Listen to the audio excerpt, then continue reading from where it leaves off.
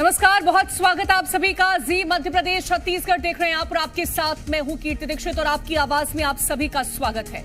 लोकसभा चुनाव में अब तीसरे चरण की बारी है, जिसके लिए मतदान 7 मई को होना है और इस दौरान मध्य प्रदेश की 9 सीटों पर जनता वोट करेगी। लेकिन इस वक्त सबसे ज्यादा चर्चा मध्य प्रदेश की इंदौर सीट की हो रही है, जहां कांग्रेस प्रत्याशी के नामांकन वापस लेने के बाद सियासी भूचाल आ गया। कांग्रेस बीजेपी एक दूसरे पर आरोप लगाती नजर आ रही है, तो वहीं जीतू पटवारी ने इंदौर में नोटा के समर्थन की बात कह दी है, जिसके बाद प्रदेश में राजनीति चरम पर है। आज आपकी आवाज में बात करेंगे इसी मुद्दे पर, लेकिन उससे पहले रिपोर्ट देखिए।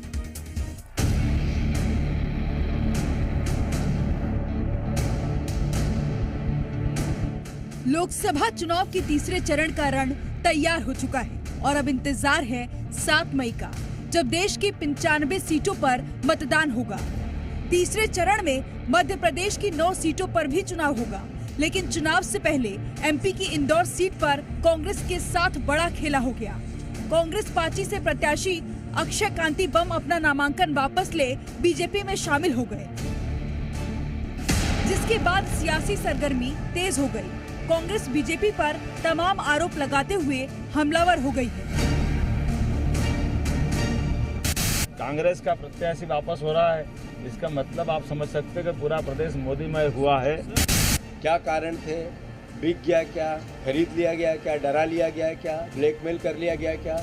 या मन से गया क्या? ये सब बातें हो सकती हैं। मैं इन सब बातों में नहीं पड़ना चाहता।